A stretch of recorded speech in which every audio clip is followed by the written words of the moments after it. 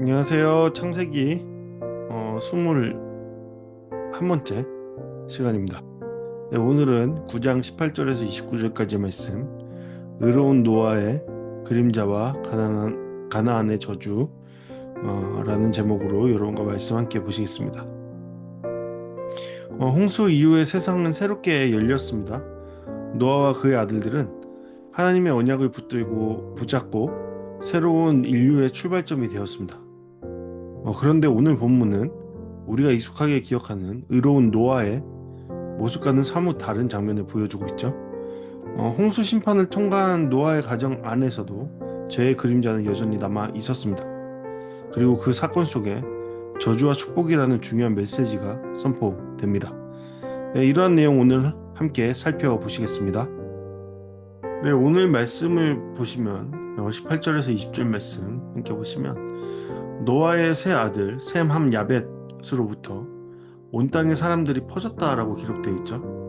이것은 창세기 1장에 하나님께서 말씀하셨던 생육하고 번성하라라는 명령이 여전히 유효하며 실행되고 있다라는 것을 보여주고 있는 겁니다.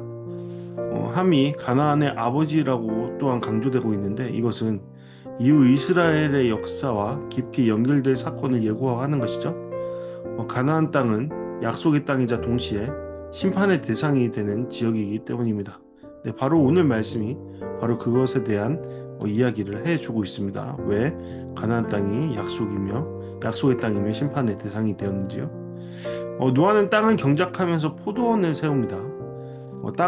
땅에 내렸던 저주가 이제는 풀려서 가시와 엉겅퀴가 아니라 열매 맺는 농사가 가능해졌다라는 것을 보여주고 있는 대목이죠. 빛 또한 심판이 아닌 생명을 주는 수단으로 회복됩니다. 그러니까 앞서 진행된 홍수의 심판 이후에 하나님께서는 땅과 자연적인 것들에 대해서 지구에 대해 하나님은 그 창조하신 공간에 대한 저주를 푸시고 은혜를 베푸시기 시작하셨다라는 것을 보게 됩니다. 근데 이러한 하나님의 은혜의 시작 아래 새로운 이야기가 전개됩니다. 21절에서 23절 말씀. 그런데 전개되는 이야기의 내용이 그리 좋지만은 않습니다. 노아가 포도주를 마시고 취합니다. 그리고 장막에서 벌거 벗은 채 있습니다. 성경은 이 노아의 이러한 행위에 대해서 도덕적으로 평가하거나 변명하지 않습니다. 단순히 그저 사실로만 기록하고 있습니다. 이어지는 내용에 대해 더 큰 무게를 두고 있습니다. 노아의 아들 함은 이러한 아버지의 벌거벗음을 보고 그것들을 형들에게 알렸습니다. 여기서 그의 곧 함의 죄는 단순히 봤다는 것에 그치지 않습니다. 아버지의 그러한 수치를 덮어주지 않고 오히려 드러내는 조롱하는 그러한 태도가 문제 있다라고 여겨지는 것이죠. 반면에 함과 달리 셈과 야벳은 얼굴을 돌립니다. 그리고 뒤로 들어가 아버지를 덮죠.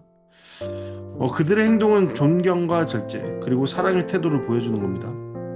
그러니까 말로 떠벌리지 않고 행동으로 수치를 가린 것이죠. 여기서 우리는 중요한 교훈을 얻게 됩니다. 누군가의 약점과 수치를 볼 때 그것을 드러내어 비난하는 것인가 아니면 덮어주고 보호할 것인가. 신앙의 선택은 분명해야 하죠. 하지만 잘못에 대해서 무조건적으로 보지 못한 채 하는 것은 옳은 것이 아니죠. 그리스도인의 모습, 올바른 모습은 무엇입니까? 잘못은 잘못이라고 분명히 평가하고 말하되 구분짓되 분별하되 거기에 대해서 보복하거나 아니면 그 이상의 벌을 주거나 그 이상의 비난을 퍼붓는 것이 잘못되었다. 그리고 또 다른 은혜를 통해 그의 삶이 다시금 세워져 갈 수 있도록 도와야 된다. 섬겨야 된다. 그것이 바로 우리의 올바른 태도가 아닐까 생각해 봅니다. 네, 술에 취해서 깊은 잠이 들었다가 깬 노아는 자신의 아들 함이 한 일을 알게 됩니다. 함의 행위는 단순한 불경뿐 아니라 형제 간의 갈등을 부추기는 뿌리가 되었습니다.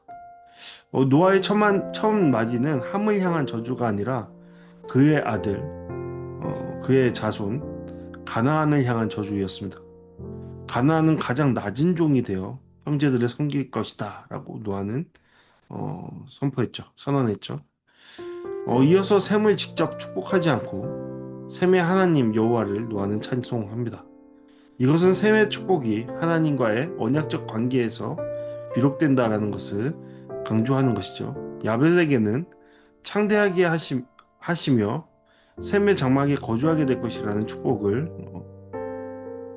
선언하죠. 셈과 야벳이 함께 거하며 가나안은 그들에게 종이 될 것이다 라고 노아는 선언하고 있습니다.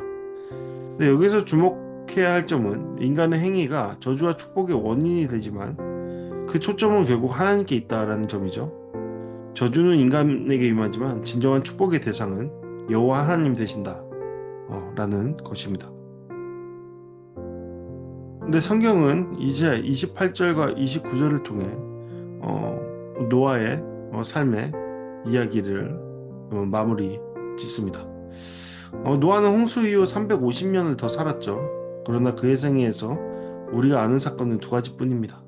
제단을 쌓고 하나님께 제사를 드린 일, 그리고 두 번째로 술에 취해 벌거벗고 그로 인해 저주와 축복을 선언한 일. 네, 의로운 자였던 노아조차도 완벽하지 않았습니다. 그의 인생은 하나님의 은혜로 시작했지만 인간의 연약함으로 마무리되는 듯 보입니다.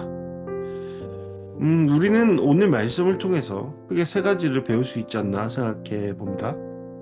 첫 번째로 죄의 그림자는 여전히 남아있다라는 것이죠. 홍수 심판 후에도 죄는 사라지지 않았습니다. 아담 이후 인류의 죄성은 노아 가정 안에서도 반복되어 나타나고 있는 것이죠. 그것이 오늘 우리가 말씀을 통해서 발견한 바이죠. 인간의 구원은 환경의 변화가 아니라 오직 하나님과의 관계 회복에서 가능하다라는 것을 우리는 생각해야 할 것이죠. 네, 두 번째로 약점을 덮는 사랑이 필요하다라는 것을 배울 수 있었습니다. 함은 아버지의 수치를 드러내는데 급급했지만 셈과 야벳은 그러한 수치를 덮는 그러한 모습을 취했습니다. 우리의 교회와 공동체 안에서도 서로의 약점과 실수를 어떻게 대하는지가 우리의 영적 성숙을 드러내는 것일 겁니다. 네, 성숙한 자들의 모습은 어떠할까요? 셈과 야벳의 모습을 취하겠죠.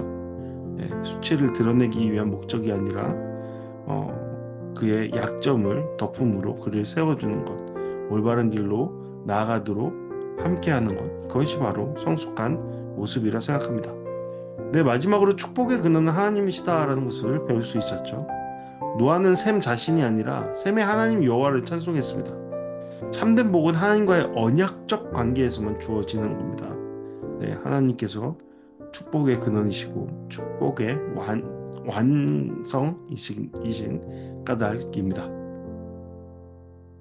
네, 이상으로 오늘 말씀을 함께 살펴보았습니다. 이 말씀을 통해 우리는 묵상과 적용할 수 있습니다. 첫 번째로, 나는 다른 사람의 연약함을 보았을 때 함처럼 드러내는가 아니면 셈과 야벳처럼 덮어주는가 생각해 볼 수 있죠. 우리의 말 한마디, 행동 하나가 형제를 살리거나 무너뜨릴 수 있다라는 것은 그러한 권세가 우리 가운데 있다라는 것을 기억해야 합니다. 그러므로 그러한 권세를 통해서 누군가를 세워주거나 누군가를 죽일 수 있다라는 것을 기억해야 합니다. 우리가 해야 될 것은 누군가에게 덮음을 행하는 겁니다. 왜 그렇죠? 우리는 이미 주님의 덮음받은 존재이기 때문입니다. 네, 두 번째로, 나의 가정과 공동체는 서로의 수치를 덮어주는 영적 분위기를 갖고 있는가 생각해 볼 수 있죠. 네, 사랑은 허다한 죄를 덮는다고 했죠. 우리 가정과 교회는 어떤 분위기입니까? 나의 남편과 나의 아내에게, 그리고 나의 부모님에게, 나의 형제에게, 자매에게 나는 어떤 모습을 취하고 있습니까? 어떤 자세를 보이고 있습니까? 자녀에게도 마찬가지고요. 마지막으로, 나는 셈의 하나님을 찬송하고 있는가 생각해 볼 수 있습니다. 축복은 내가 잘나서 받는 것이 아닙니다. 그죠? 하나님께서 함께 하시기 때문에 하나님께서 그 일을 이루도록 함께 하시고 그 일을 이루도록 하셨기 때문에 축복을 받는 겁니다. 그러니까 내 삶의 초점은 어디에 있는가 우리는 생각해 볼 수 있는 것이죠.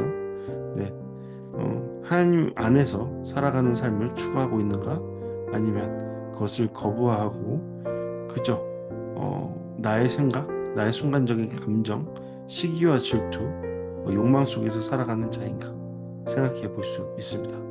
왜 그렇죠? 오늘 함의 행동, 그 원인이 무엇이었을까요? 네, 그가 하나님 안에 붙어 있지 않았기 때문이라는 것, 하나님을 생각하지 않았다라는 것, 그것이 가장 큰 이유일 겁니다. 네, 이제 이 시간 말씀을 통해 함께 기도하는 시간 갖도록 하겠습니다. 나를 위한 기도. 주님, 연약한 이웃의 허물을 드러내지 않고 덮어줄 수 있는 넉넉한 마음을 제게 주소서. 교회를 위한 기도입니다. 우리 공동체가 서로의 약점을 드러내는 것이 아니라 덮어주고 치유하는 공동체 되게 하소서. 이웃을 위한 기도, 한 사람을 위한 기도, 믿음이 연약한 이들을, 한 사람을 비난하지 않고 그 사람을 세워줄 수 있는 참된 형제, 그의 친구, 그의 부모, 그의 남편, 배우자가 되게 해달라고 우리 함께 기도하길 바랍니다.